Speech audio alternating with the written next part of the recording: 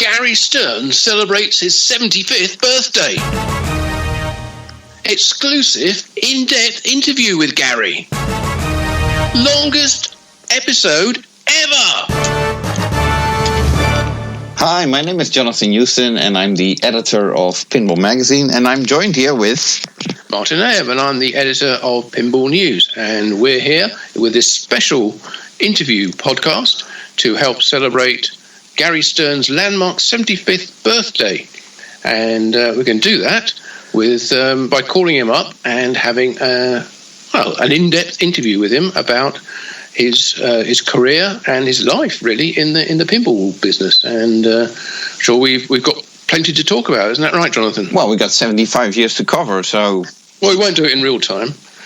No, but still, there's obviously plenty to cover. Obviously, if you're familiar with the career of Gary Stern in pinball, his father is Sam Stern, who designed pinball machines, owned Williams partly at some point, had a significant role in Stern Electronics, and eventually passed away in 1984.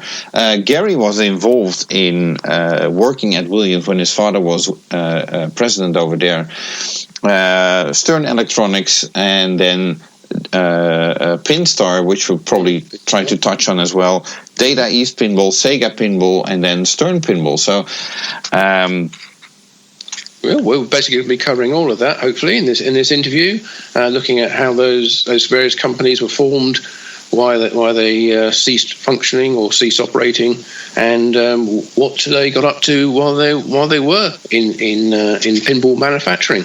Right. And they've certainly produced some interesting and remarkable games over the years. And it's been a long career for Gary, and it's far from over. And he's got a lot to tell us, I'm sure. Yeah, so please do me the honor, and could you call Gary? Yeah, okay, just scrolling down to my contacts list. Okay, calling him now. Okay. Hello, it's Gary here. Oh my God, you rang the wrong Gary. Sorry. Okay, better hang up. I'll explain it to him later. What happened? I'll just say you. I can't believe it. Actually, it's been Gary who's been trying to get into our podcast for over 2 years now, and then the one time that he gets on and you disconnect him like that. Well, we have more important things to talk about. So no argument there. Okay, fine. Let me call the right one. Okay, here we go. Come on, Gary Stern. Okay. Hey, welcome, Gary, and happy birthday. Thank you so very much. Yeah, so we hope you're still in good health, especially in the current circumstances. Yeah, how's everything going on with the whole coronavirus thing for you? And you've been, obviously your travel, I guess, has been reduced significantly. You're not flying around the world, but are you still going into the office regularly or working from home or what? Both. I haven't been out of Chicago. Been as far as Rockford, Illinois, but I haven't been on an airplane. Haven't been out of Chicago since coming home from the March show in New Orleans. The AE show. I went from there to Savannah to my partner Dave Peterson's daughter Lindsay's wedding. Which was lovely, and home, and that was the end of it. That was just as everything was wrapping up. It was all locked down at that point. Yeah. We're mostly home. The company, of course, had to shortly thereafter stop, other than maintaining. I mean, a lot of people are working from home. The game design continues. Some cases more efficient, some cases less efficient. We were allowed to have people in the building to maintain the building and to maintain the computers and make payroll and what have you. I was here a little bit, but I'm in the office now. I'm mostly from the office. We have our salespeople are here at least once as a group, at least once a week, 1 day a week. But they're working from home. We're experts on Zoom. We do I think we all are now. Yeah, and the production people, we're increasing production. We're building games. We're shipping games. We were allowed to start production by each state in the U.S. has different rules, so we were allowed to start production on March 29th. May 29th. Yeah, and so we're up to in the factory itself of the hourly workers, we've got we're already up to 120. I got to turn that off. Well, you're a busy guy. I'm sure you're. That must be Gary calling in, just trying to get back at us. So we're building games, and we've got a lot of back orders to fill, which we're thrilled about. Yeah. So if people went to the factory now compared to when they went, say the Expo tour last year, what differences would they notice as far as the factory floor and the working practices and the social distancing and all that kind of stuff? First of all, you would come in the back door only. The front door is not available. We're going to switch to the side, to the normal employee entrance, but we were going right from the back where the parking lot was. We'll switch that next week, but there will still be one door only. And whether you work here or you're a supplier visiting or whatever, your temperature would be taken and noted. And if it's over 100, we have you not come in. And they working people come, the factory workers coming in when they're all coming at once. We've got space. We have markers every 6 feet, and so standing in 6 foot apart from each other. I came in same time as everybody else. I was here about 6:15 one morning, and I stood in line 6 foot from everybody else. You have to have a mask on, of course.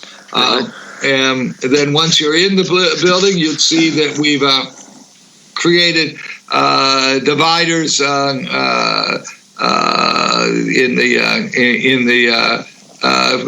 like the cafeteria. You guys remember where we have the cafeteria tables? Yeah. So between every between the workstations, so there's a divider, and people can only sit. Nobody can sit across from each other, so one per divided section. The microwaves are turned off because we really don't want to be handling people's food. There's all kinds of dividers in the assembly area. The assembly line is divided, have big red X's where you can't be standing to work. Unless you're in your own office, you're an office worker, you're wearing a mask. If I go out to the factory, I have a mask on. We have some face shields, and for the few places where people are closer than 6 foot to each other, for example, packing a game, then they have a face shield for sure on. Other people have it on. The factory, we have a service come in here once a week to do a major sanitizing. We have we own a heck of a lot of hand sanitizer, and in fact, we got a $5,000 skid of sanitizer. But before that, we were getting it. When we had a limited number of people, before we could get that, we had various distilleries, liquor manufacturers here were making. We're making sanitizer. So Kevin, our COO, came in and said, "Here, smell this." And I said, "That's tequila." He said, "Yeah, it was from a tequila maker." I said, "Well, if you use that to sanitize your hands, don't drive your car right away and get stopped by the police, because he's going to think your truck is smell like tequila." Right. So, good stuff. All kinds of stuff. The woodworking areas, we got, we do our own play fields here, and many of them with two sources, of course, like everything else, but we do a good percentage of them. And that's all kinds of dividers in there. There's all kinds of, we're still building, we're still changing as we add more people, and we're adding, people all along. We need to get our production rate up.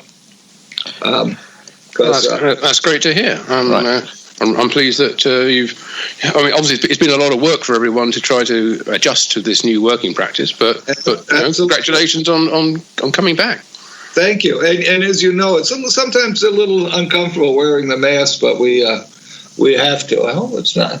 Well, guys, I hope it's blowing up here, and I hope it's not supposed to rain. I hope it doesn't, because I rode my motorcycle to work. So, I think just that alone, 75 and driving a motorcycle, that just simply deserves an applause. No, that's no big deal. So my daughter said to me, my younger daughter, who does some digital work for us, she's also expecting my first grandchild, who we call Sprout. Congratulations on that as well. Yeah. I have a granddaughter on the other side, and now I have a grandson due July 22nd. And any event, so she says, well, now you'll see what it's like to be retired. And I said, no, wait a minute. This is the fact that I have to be at home or this or that. That's not retired. If I was retired, there's no biking, there's no motorcycle biking, there's no boating, there's no boarding, snowboarding, and those are the three things I do, in addition to work. In fact, my boat is, I have an old boat, and it is not in the water. I can't even get the boatyard on the phone. It's really annoying me because the harbors aren't open yet. In the city of Chicago. The city of Chicago, where I live, my apartment is, the factory, as you know, is west of the airport in Elk Grove Village. Yes. The city of Chicago, has its own tighter rules even than the state has. So yes, I saw that. Yeah. So anyway, that's where we are now. But let's go back to the beginning, as it were. Then, shall we? The 75 years ago almost, and just the question we have to ask then is: do you remember your first time seeing or interacting with a pinball machine? And did you have pinball machines in your home or anything when you were a kid? We had some different games. We had some pinball. We had a bumper pool table because we were making those. So we had all various things. I shared with a friend a pet rabbit, and the rabbit lived. You remember the old electromechanical games in the back box? Mm-hmm. Had a wood back, and later a metal back. Yeah, right. And it had a hole in the neck.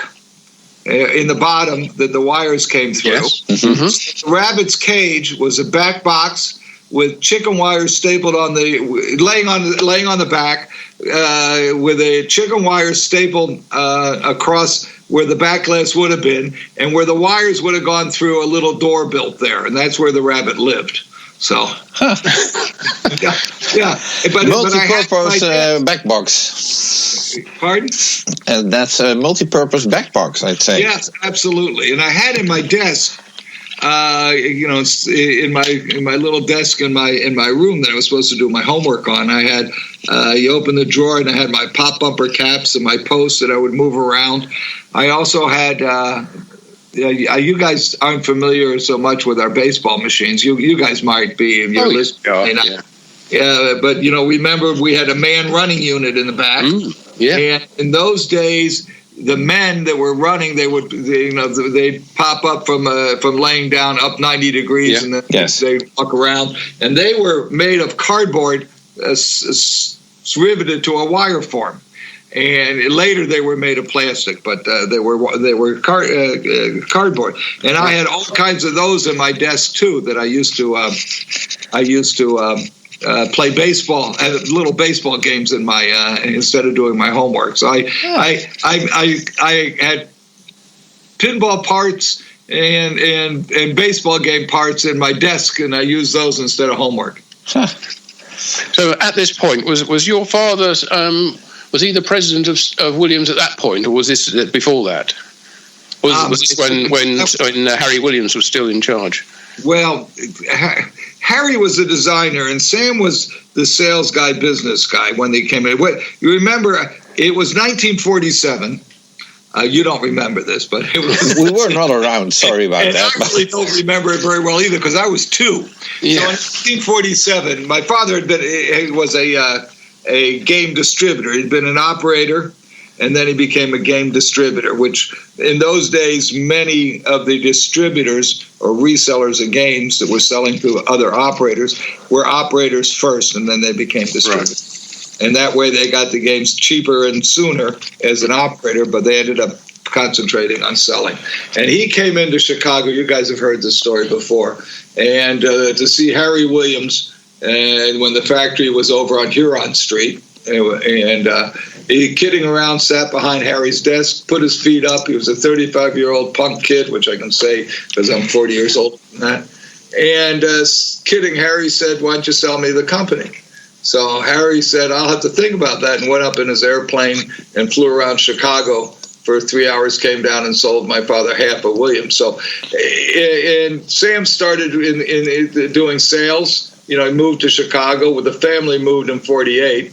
When I was 3, he moved to Chicago, and I've been around it all that time. He initially, in the beginning, as I said, he did sales. They didn't even let him in the factory, even though he owned half of it.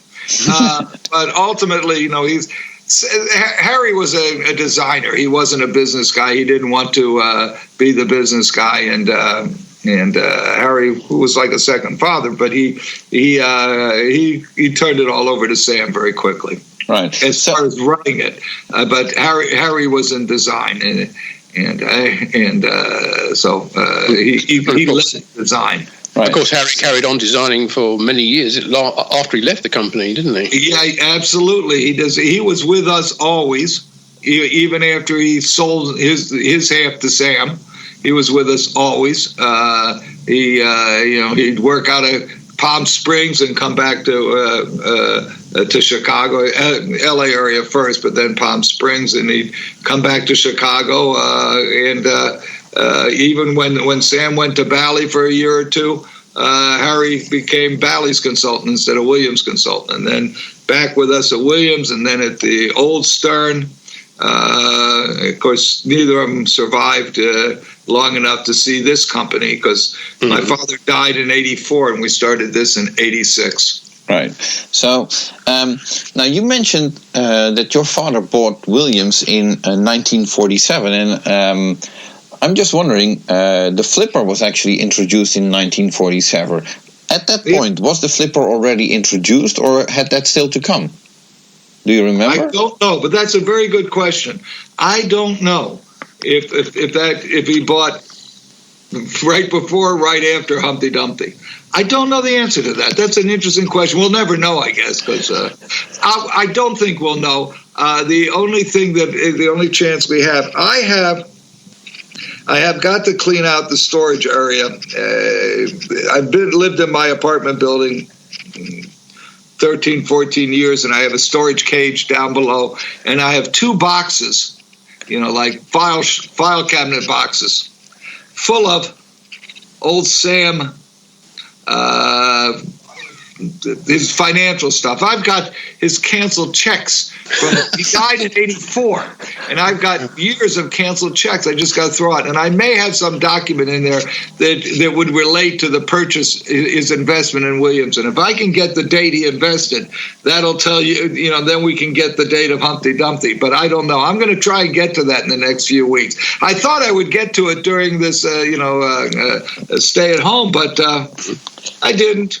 I did, meaning to get to it for about 10 years. Okay. Yeah, it sounds like there's a lot of really valuable information there, and I know plenty of people would love to see that. Please be careful not to throw anything away. That stuff's not so interesting. What I have that's probably more interesting is a couple briefcases that were Harry's stuff that after he died, his wife sent me, and I had to send them over to the Strong Museum, the Museum of Play. Yeah, because they'll keep all that stuff. I have to send that to them. Right. So, obviously, your father was a president at Williams in the 60s. You also worked there, I believe, in the stockroom. But did you also have a job position there, or was that too young for you? When I was 16 in the summers, I could drive, and my summer job for the first number of years was, while I was in school, was at Williams. And I started in the stockroom at 16. I was in the office some other years working on learning inventory control, and it was all manual. There were no computers. We had a card system. When you decided to make 100 games, you added, on every card that had that part, for that part, you had to add a requirement of 100. When the parts came in, you deducted it, and there was nothing like a computer system we have now. And we're in the midst of putting in a new ERP system. Sort of got slowed up with this COVID-19 situation. An ERP system, did you say? ERP, computer ERP. system. Oh, right, okay. Mm-hmm. Yeah. Hey, you understand it better than I do, I know. So any event,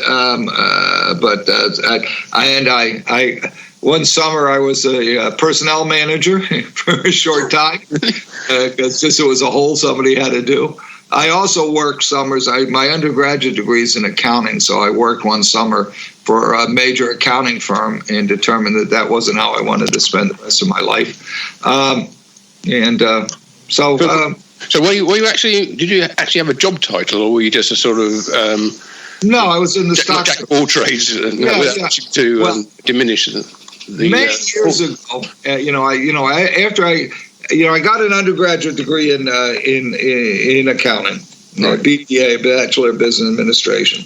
And Lou Nicastro, who was the head of Seaberg at the time, tricked me into continuing education. I went to law school.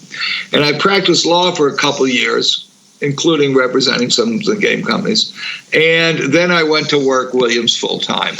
And so people would ask me, well, I'm talking to you, what's your authority? What's your title? What's your authority? I said, boss's son. And he said, okay, I understand, and we can carry on now. Right. So my title was boss's son. So from all those roles, I mean, were there any sort of things that you brought from that which carried through your career in the pinball business? The importance of certain aspects of the business and managing them. Probably everything. Certainly material control. I built test fixtures, so I understand life testing and quality and so forth. Material control. We are game designers, and we are creating a global lifestyle brand. But first we have to be able to manufacture it. And you've undoubtedly heard me say before that guys that are car guys love cars, and they design cars and they build cars. Iacocca or somebody from Chrysler. I don't want to mention DeLorean, but that type of thing. And likewise, they want to design the car, they want to build it, so A, somebody enjoys it, and B, so they make money with it, so they can design the next car. Well, the same's true here. We want to design pinball so we can play it. I have a Turtles in my apartment because I had to learn it, we want to design the next one. So we need to make money on this one, so we have money to design it. Certainly more complex now. Harry Williams used to say, when he was working with us at the old Stern, and he'd say, well, I used to be able to do everything in the game. I could come up with an idea. I could draw it. Mm-hmm. I could draw the circuit. I could make the white wood. I could make some of the mechanical parts. And by drawing the circuit, I could make it work. And I can do the wiring. Make it wire. Now, this was back then. Now he could do the drawing, but somebody else had to do the electronics design, and somebody had to do the software, and so forth and so on. And it was much more complex. Well, I just watched everybody do everything. But certainly, as I started to say, material control. If you don't have the parts here, you can't build the games. And you send the workers home, and they can't, we have a responsibility to provide work. If you have too many of the parts, you got to throw them out, and there went the money that you were going to use to design the next game. It is first and foremost a business, and we're creating, a game and a lifestyle, and certainly in today's world, much more than ever, because as you know, we have collectors and enthusiasts, we have rec room buyers, and we certainly have young people millennials and Gen Zs playing games in the streets and our new barcades and what have you, and FECs and so forth. So, we're cool and became a lifestyle. So going back to those days, I mean, the games were very much, as you said, with your father, they were sold through distributors to operators. Yeah. And at some point, operators would replace the last game with the new one and throw out the old game. Mm-hmm.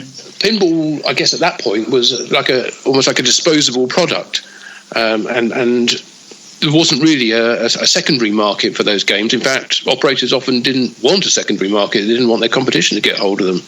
So there was a good throughput of games. They did resell games, trade them into their distributor, and they did. Pinball has always had a resale value, but certainly been more significant now. But it always had some resale value. Although with the hard coat that we have on playfields, and they last so much longer now. Not perfect, but longer. And it's not a hard coat; it's a soft coat. That's a misnomer. I don't know who decided to call it a hard coat. But in any event, I can remember when it was first started, I said, "Oh my, what have we done? Well, we'll have no more games wearing out." And now the fact that they don't wear out creates that great value, that resale value for the secondary market, whether it be operators or enthusiasts or rec room buyers, any three of our three channels. So now we're thrilled that we have that we have them lasting. Okay. Well, you mentioned that after you finished school or college, you basically were a lawyer at that point. Yeah. I'm still a lawyer. I haven't been disbarred. No. I went inactive. What's your specialism? I no longer pay, to do my continuing education. I don't have time anymore. I'm too busy with this. So what was your specialism then? What was your area of expertise in law? I worked for a small boutique corporate law firm. We did a lot of bank work, and we did corporate bankruptcies.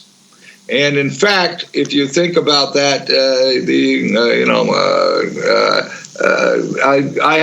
I took Chicago coin out of a bank foreclosure, and that was one of the things that we did in those that I had learned to do. Yeah.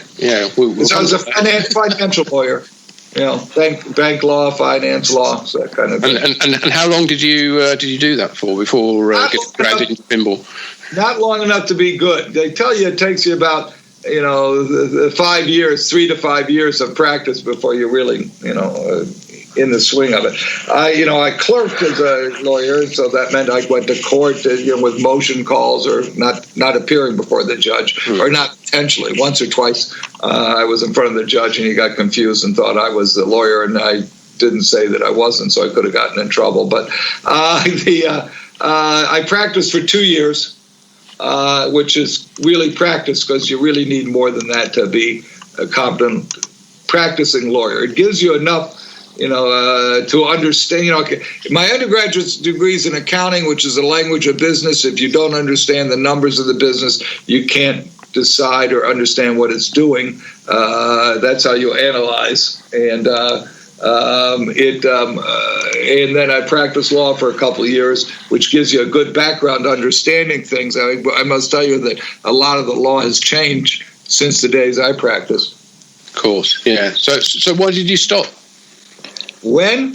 Why?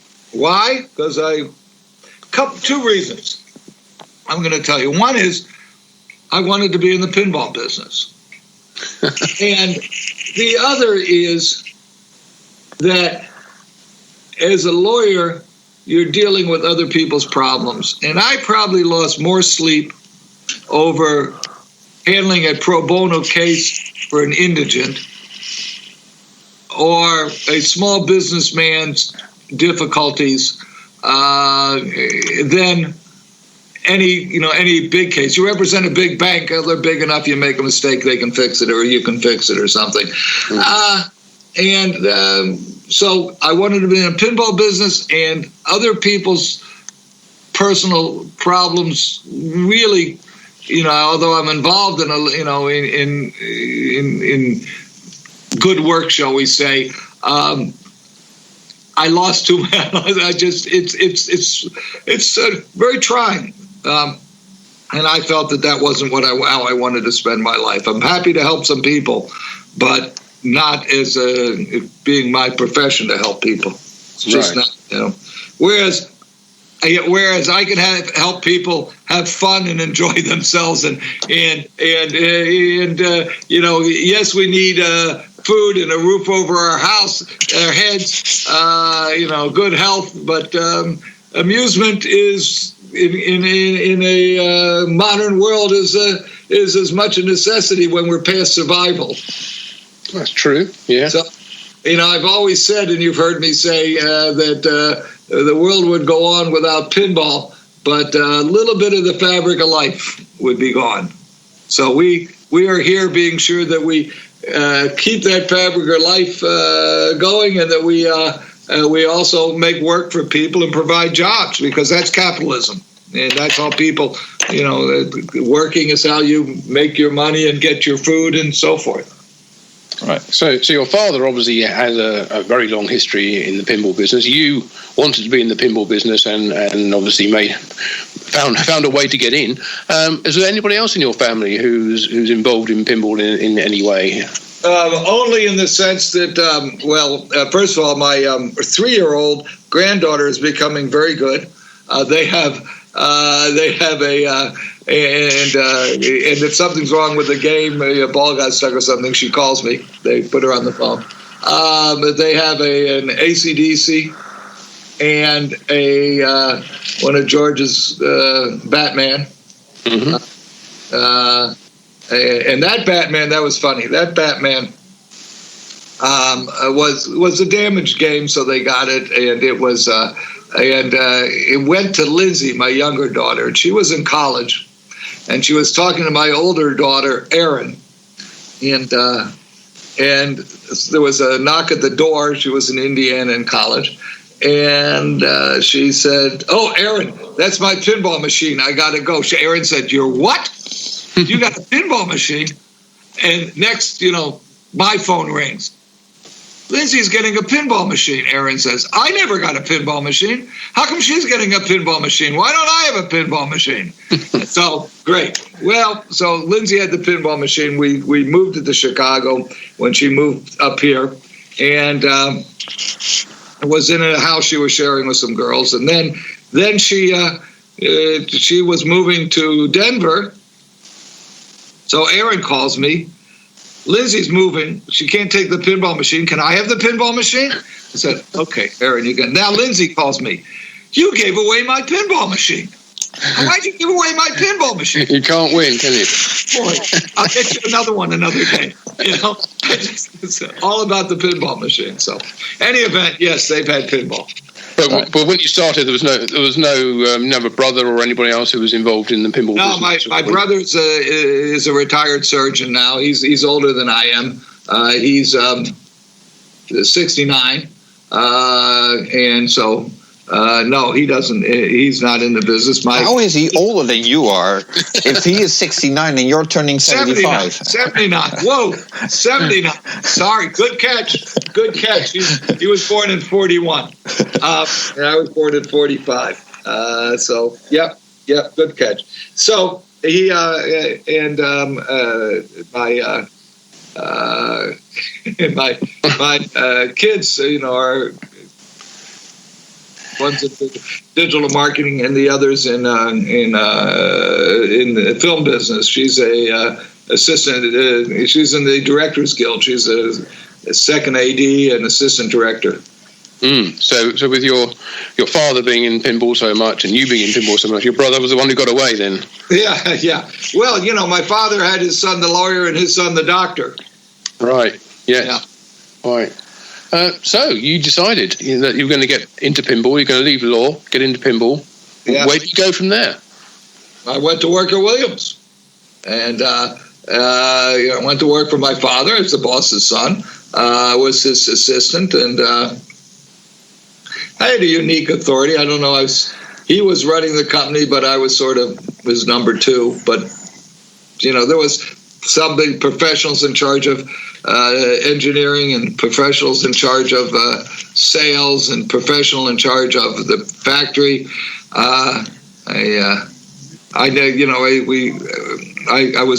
We had a union in that factory, and it was a more integrated business in those days, both there and when I took over Chicago Coin, where we wound our own coils, we made our own stack switches, we made our own transformers, we had our own plating department to plate the metal. We didn't do woodworking. We made our own wiring harnesses, of course, which we do at Stern here. So we had, where we maxed out here, where we've had 350 people, so let's say 300, 250, 300 in the factory. In those days, you would have 800, 1,000 people in the factory, and you were a union shop. And I remember negotiating with the union, and I had sitting behind me, I had the personnel manager, I had the manufacturing vice president, and I had the finance vice president, and on the other side was the union business agent Harry Weaver, and probably a committee of 11 or 12. And he got mad at me one day. He had started in our stockroom as a worker. Right. He became the union business agent, IBEW, International Brotherhood of Electrical Workers. They represented a couple. They had Chicago Coin. They had, I think they had Bally when they were in the city, and they had Williams.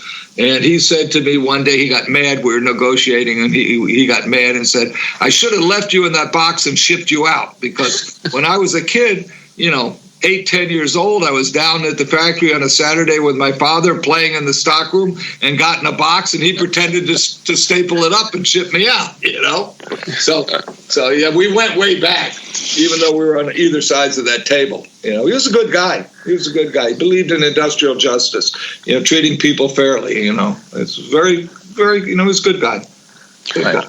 Just thinking about the timeline of all this, because you must have come out of college about, in 73, 74, something like that? No. I graduated high school in 63. I graduated college in 67. I graduated law school after 6 months of active duty in the military, and then 6 years after that, I was in the Army as a reservist. So I graduated law school in January of 67, 68, 69, 70, 71, January of 71. I was 6 months behind because of the 6 months of active duty in the military. Sure. Okay. So then that's where I learned to type. Oh, what? On duty? Yeah, I was a clerk typist. Hell on keys. That was our motto for our company. Hell on keys. There were no computers. There was no computers. So then you, I suppose to jump to the next stage is the point where you bought out Chicago Coin. Yeah, we bought. How did that happen, and what did it give you in terms of starting a new company?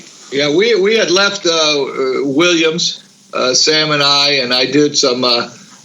Stephen Kaufman, a sales guy, and we had a little company called Kiss Amusements that worked out of my apartment, and we were selling Belfruit and Seaberg slot machines to Canada. They had a unique law. They had legalized free play pinball machines. But up to then, there was no free plays allowed on pinball in Canada. So they legalized the free play. And the laws were in English, parallel English and French. Yeah. Canada. And somewhere, coin and a slot and free play was translated to slot machine and free play. So we were selling free play only slot machines. I don't know why people would play that. I haven't figured it out yet, and what was done with those free plays. And so we were doing that out of Kiss. Kaufman, my buddy, he was the president of the company, and I was the secretary, because you have a corporate secretary and you have a corporate president. The reason I was the secretary is, as I said, I could type. So and was the name Kiss from the initial letters of all of you? No, keep it simple, stupid. Oh, it was that one. Okay, I was all Stern, Kaufman, you know. No, it was keep it simple, stupid. Right. Yeah. Right. And then we had the opportunity. I did. My father knew the bank that was the lender.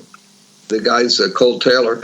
I still do my banking. This was 76. I still do my personal, and our company banking now is at a company that is the successor or survivor of Cole Taylor, of that bank in 1976 that was owed money by Chicago Coin. And Sam knew he was 67 or so. Let's see, he was born in 12. And that was 77 or something like that, wasn't it? Yeah, that was 76, I think, late 70s. Okay. So he was semi-retired, and my sister-in-law had said, "You got to get him a job. He's cleaned my closets twice this week." So coincidentally, guys he knew were the bankers for Chicago Coin, and the Wahlberg and the Ginsberg family, and the company was troubled. So they foreclosed and sold us the assets. And we had a nice. Sam died in '84. We had a nice. He came to work half a day, and it was fascinating. And we had a run up and a run down because the business went up and then came back down and so forth, and we closed that. He passed, and then 2 years later, I started this company as Data East. Right. Okay. So you're jumping ahead a little bit because I'm actually wondering, how did Stern Electronics get started? Was that based on the assets that you got from buying Chicago Coin? Yeah. We bought the assets of Chicago Coin out of a bank foreclosure. And what were those assets? Did you get a factory? Did you get tooling, equipment, designs, inventory? People? We didn't have much in designs, but inventory, drawings, factory, equipment. We just turned, we started one day as us. It closed, and they had an auction, and we reopened it and brought people back in. Same electrical worker union. But remember, that was my background in law. Sure. That. I mean, how long would it have been then between Chicago Coin closing, or stopping manufacturing, I should say, and you buying them and then starting up again? Months. Really? Months, not years. Months. Okay.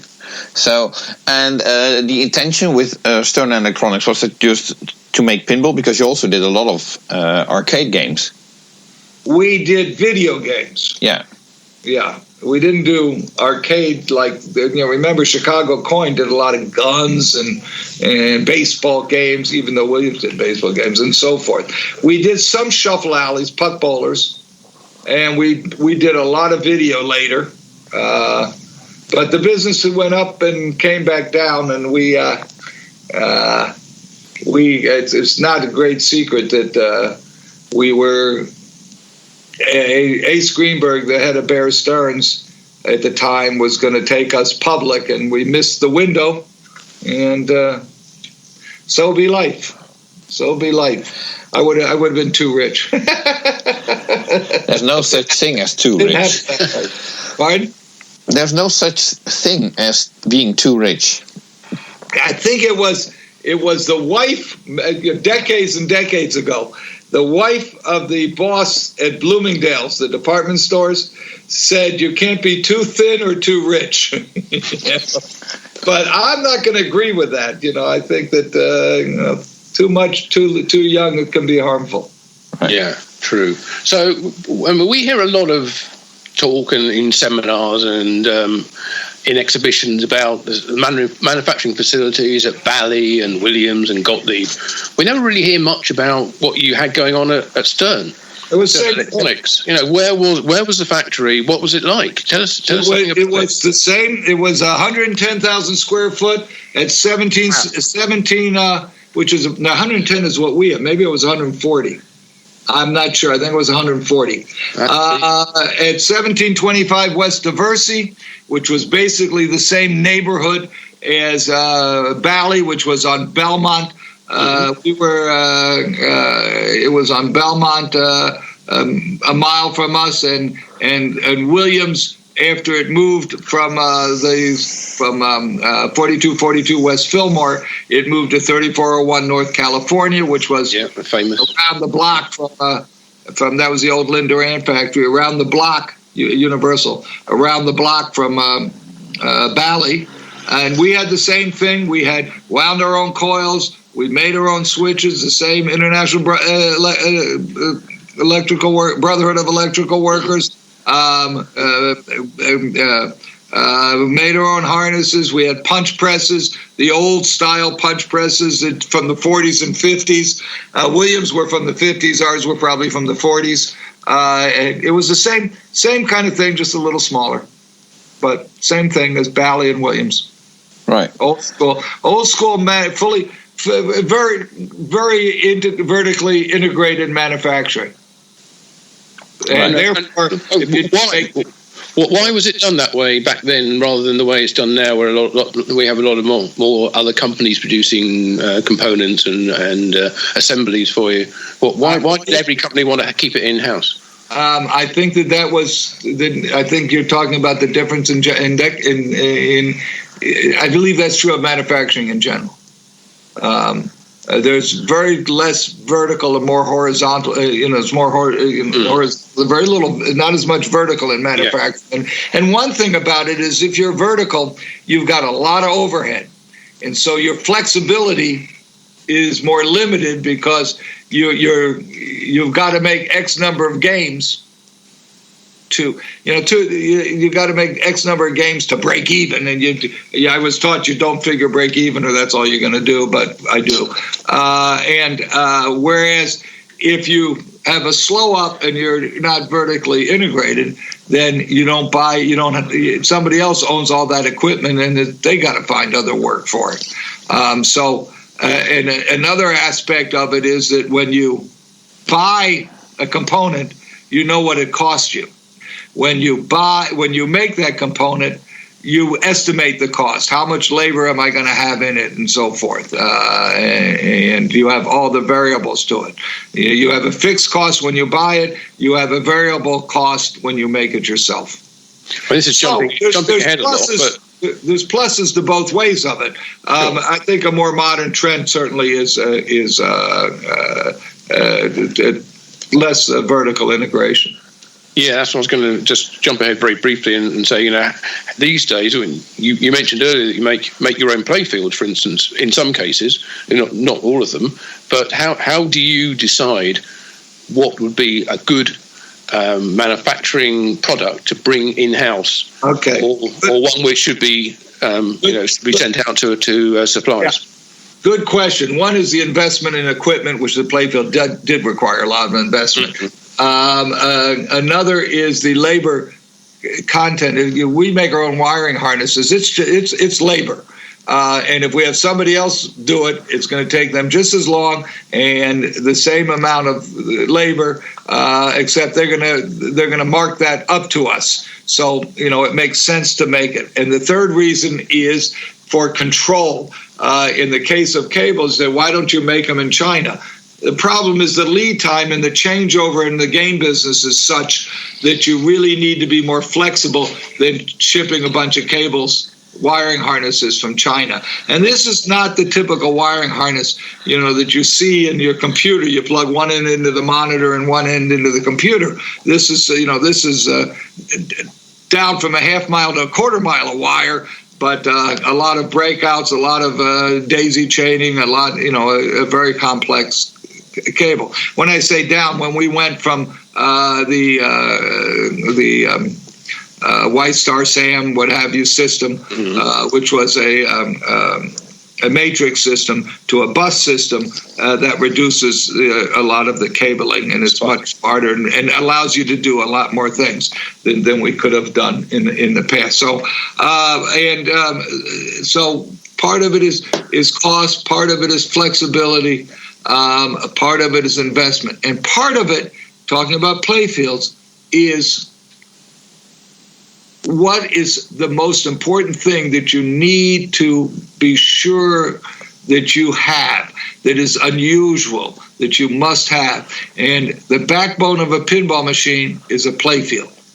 We were having a lot of trouble with playfield supply, having it on time, having it good enough, and so forth, and decided that this is something we had to take control of. We do have a second source making playfields for us. We do part of the work. We don't do all of it. We don't have a big machine that prints playfields, and we certainly don't silkscreen the old way. That's long gone. They're printed. Yeah, all digitally printed now. Digital printing, that's modern, and that's, those are $300,000-$400,000 machines that have a limited life to them. So better somebody else is doing other things. So it's equipment cost, but the wood itself and the routing it and getting it done timely, we have control of the whole process, and we do a good part of it ourselves. Although even the part we do, we have a second source for. Right. Okay. Well, that's what we're going to be doing now. I know Jonathan's got some good questions about how things work. Lifestyle brand, and the game itself is very important.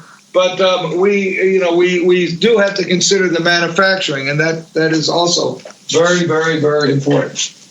Right. So if we're going back to Stern Electronics for just a bit, when you bought Chicago Coin and started manufacturing, you started out as producing electromechanical games. That was only for like the first 2 or 3 games, and then yes and no. We finished what I'm going to claim is our game, Rawhide. The Rawhide games, right? Which were on the line, and they were electromechanical. Our first game of our own, which is in my office, is Pinball by Stern. Right. Yeah. With that big ball rolling down the playfield, and the backglass rolling down the city. And that happened to have come, that artwork was on a Chicago Coin calendar. And so that game was built both solid state and electromechanically. And remember, the first solid state games had the same rules, even though you could do something different with solid state. They had the same rules as electromechanical. They had chimes, in them. They didn't have electronic sound, so forth and so on. So it was the same game. And what happened was that we knew that operators were not familiar with solid state electronics, and they could fix electromechanical, so we knew that they would want more electromechanical games and less solid state games. Just as in 1953, Raymond Loewy, a great designer, designed the Studebaker, the 2-door version, which was sporty and low. And Studebaker knew that car buyers wanted the 4-door family car, and so they planned on 3/4 of the production being the 4-door and 1/4 being the Raymond Loewy, low, sleek, sporty 2-door. Of course, the public wanted 3/4 of their demand was for the Raymond Loewy, because it was modern and special looking, and 1/4 was for the Studebaker 4-door upright car. Likewise, with solid states, Bally found the same thing, whereas we thought most operators would want, and did want, as a matter of fact, electromechanical. The solid state game, which played the same, earned more money because the player saw something new, and that was a gas discharge display. Mm-hmm. And that was revolutionary. And a style change like that, whether it be the gas discharge display or whether it be a dot matrix display or ramps being added to games, those are the things that got games, obsoleted old games and made new games exciting. Right. So, but was the transition from electromechanical to solid state, was that a smooth one?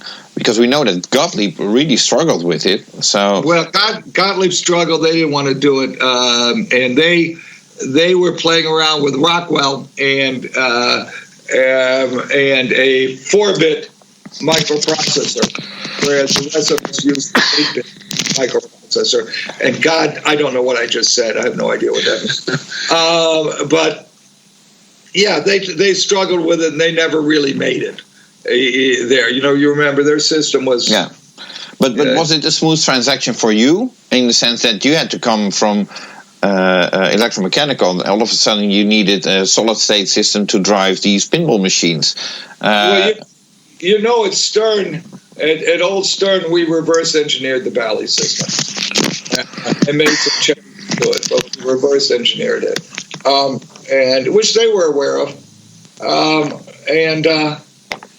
The biggest problem that one had in those days is, a problem, I'd say the biggest, is, and certainly there were a lot of changes, the type of wire change. You want to use pushback wire. But among the difficulties was, you remember games had EEPROMs with the memory in them. Yeah. What you may not remember is the early games didn't have EEPROMs; they had ROMs, masked ROMs, and the lead time was significant to get those ROMs. And they weren't. It wasn't you programmed them yourselves; they came from a factory already programmed, and you weren't going to update that program, so forth. And so then, when we finally got ROMs for pinball, now we want to make the next game, which was Stingray? What was our second game? You know what? I'm brain dead there. I'll look it up for you while you go ahead. Yeah. So, any event, we didn't have ROMs. We didn't have ROMs well ordered. So, my father totally disagreed with me. And, of course, I was the president. He was the part-time vice president. Yes, it was Stingray, by the way. Yeah, it was Stingray. And so I said, here, we'll wire it. The rules were basically we'll stack switches. And if we had a rollover did A and a star did B, we'll stack those switches. And now that rollover did A give 10,000 points and B light such and such, and we'll have a double stack rollover. And we did things like that. And Sam, of course, said, no, you can't do that. So I also put a flipper in the middle of the playfield and showed it to him. And that was sort of distracting. And he said, oh, well, you can't do the flipper. So we forgot about the switches, and we that's how we did it with ROMs temporarily. But that was a big problem. You were limited because you had to decide what you were making, and the lead time was significant to get mass ROMs and difficult. Would you have used the same ROM for multiple games then, really? We did it a little bit in the beginning. Thereafter, no. I did it. I can't tell you how many times I did that. It was just the one time or more. You got to remember, guys, you're asking me about 40, 50 years ago. Well, that's it's astonishing that you've got the recall from that time. But 50 years ago? 50, we're trying to make the most of it. 1976, 77. So that's what's you're subtracting? Is that 40, 50, 40 some years ago, right? Right. Yeah. Shit. And you're still very sharp, I have to say. So, yeah, you have great recall of all these details, which is amazing, considering how many different aspects of the business you've been in over the years. But so you're making pinball games. You've moved from electromechanical to solid state games, and then the video game boom kind of kicked in the late 70s. Up to about 1980, and you ended up building quite a lot of video games as well. I mean, we did. Tell us how that happened. We had some of our own, and you had to. We had some of our own, and we had a lot of Konami games. Our best of our own, of course, was Berserk and Frenzy. Yeah. And I had a boat an expensive boat in those days. Now I have an old cheap boat. But I had an expensive boat, and it was named Evil Otto. And it was named Evil Otto because Evil Otto paid for that boat. Yeah, if you remember Evil Otto in Berserk. Was this sort of ownership of various forms of transport something which you mentioned earlier about Harry Williams having his plane? You've got your boat. Was this the kind of thing with pinball manufacturer owners? No. What you really want to do, you want to ask Gomez and about cars. Sure. Right. Yeah, well, still, I see it. To me, all cars are good if the top goes down. That's all that counts. Right. So, what I'm curious about, because I tried to research it and I couldn't find it clear, but is it correct that Stern Electronics at some point owned Williams, or is that not true? No, that's not true. Mm-mm. But you bought Seaberg, though, didn't you? Yes, we owned Seaberg. We owned Seaberg for a while and then sold it off. Yeah, but Seaberg didn't own Williams. Actually, I bought it out of a bankruptcy. I'm starting to see a pattern emerging. But well, we also at that company we had a video game sub that also did all our printed circuit boards, vertically integrated, and that was called Electronic Sound. No, that's wrong. That was another company. It was called It was hold on, I got to ask Shelley. I'm having a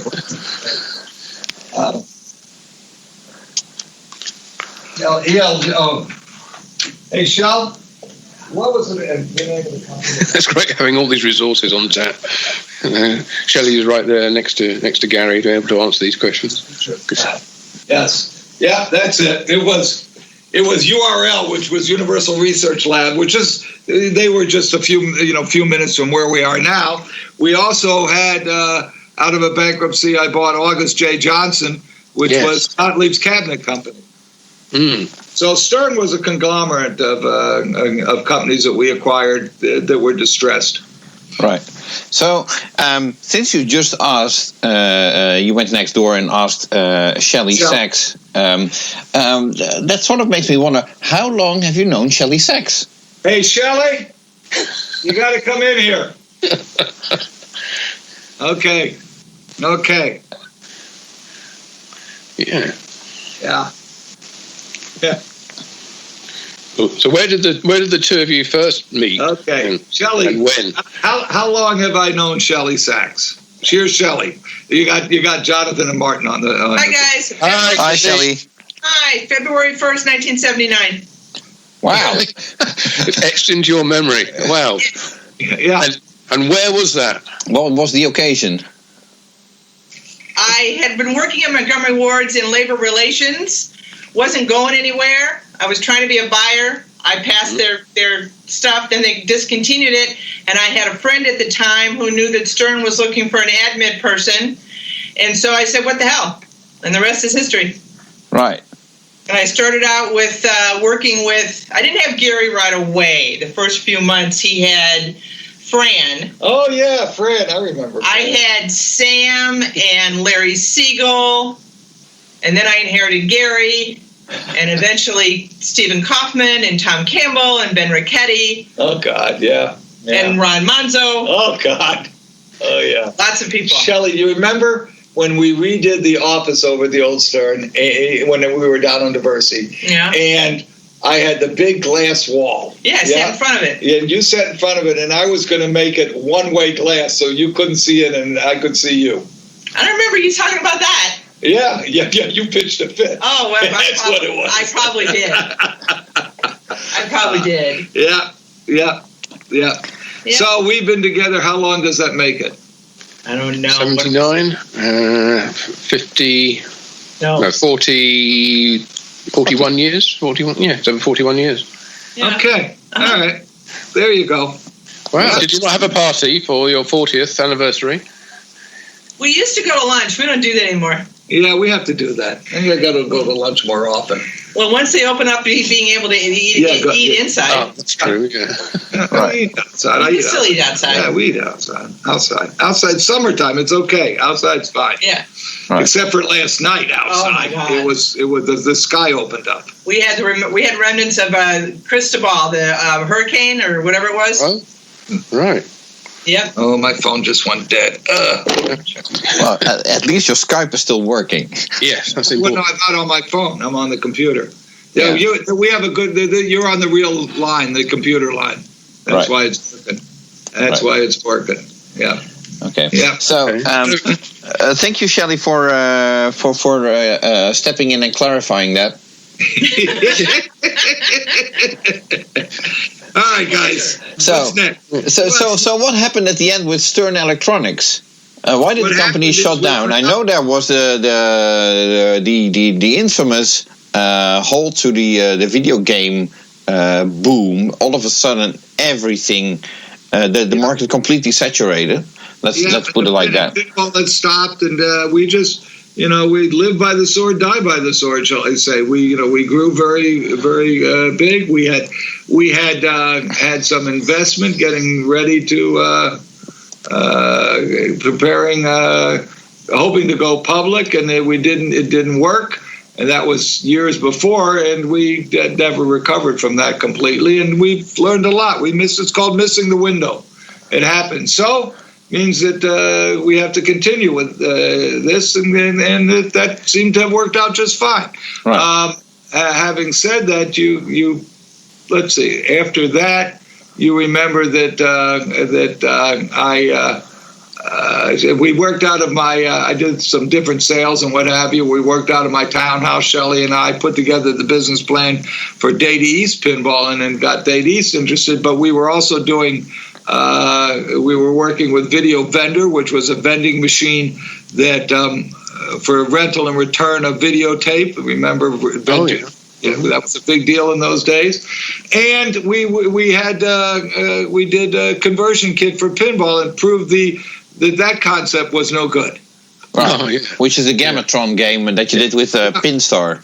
Yeah, it was Gamatron was a narrow body version of Flight 2000.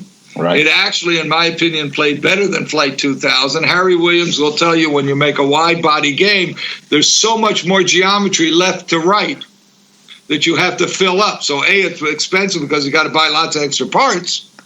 Mm-hmm. And B, it just doesn't play the same. It's like trying to play tennis on a round tennis court, or trying to play singles on a doubles court.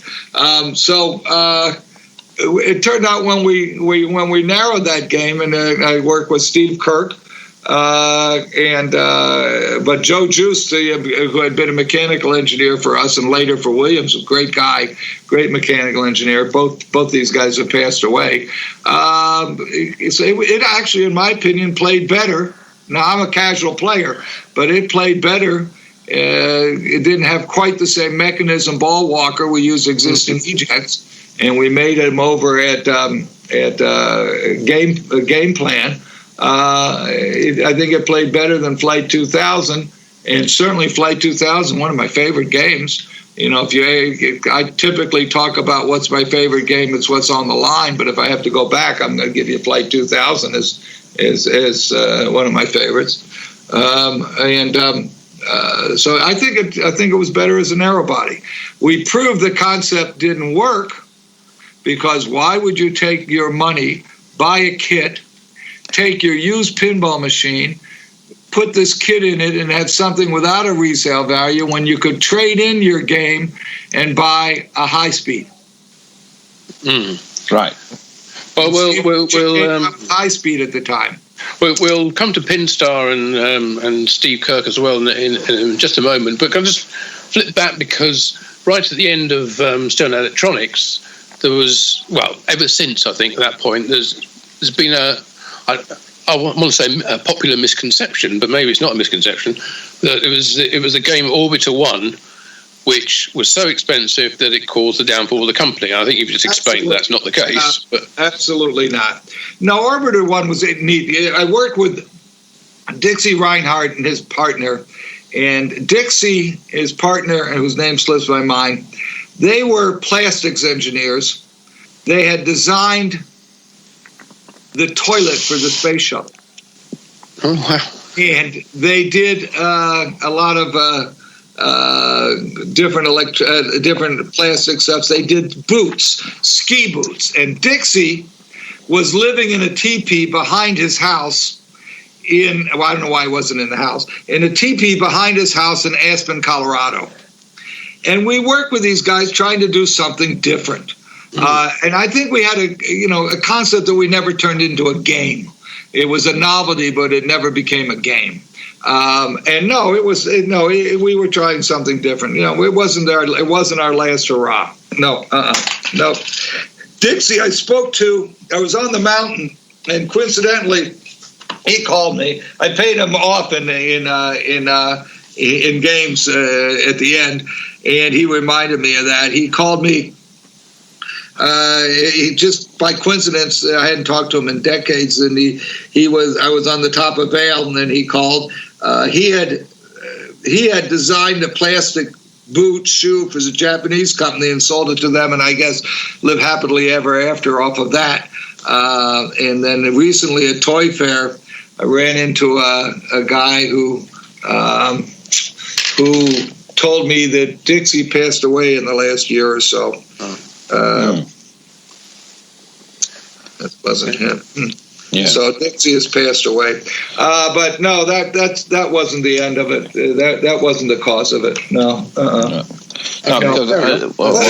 get that on the way. Admit, when you see that ball go behind the flipper, come back on the playfield, I mean, it's just, we tried, we're a little bit more conservative, but we tried a few things that were very novel, and okay, maybe they weren't the smartest thing. Pinball is a pinball machine.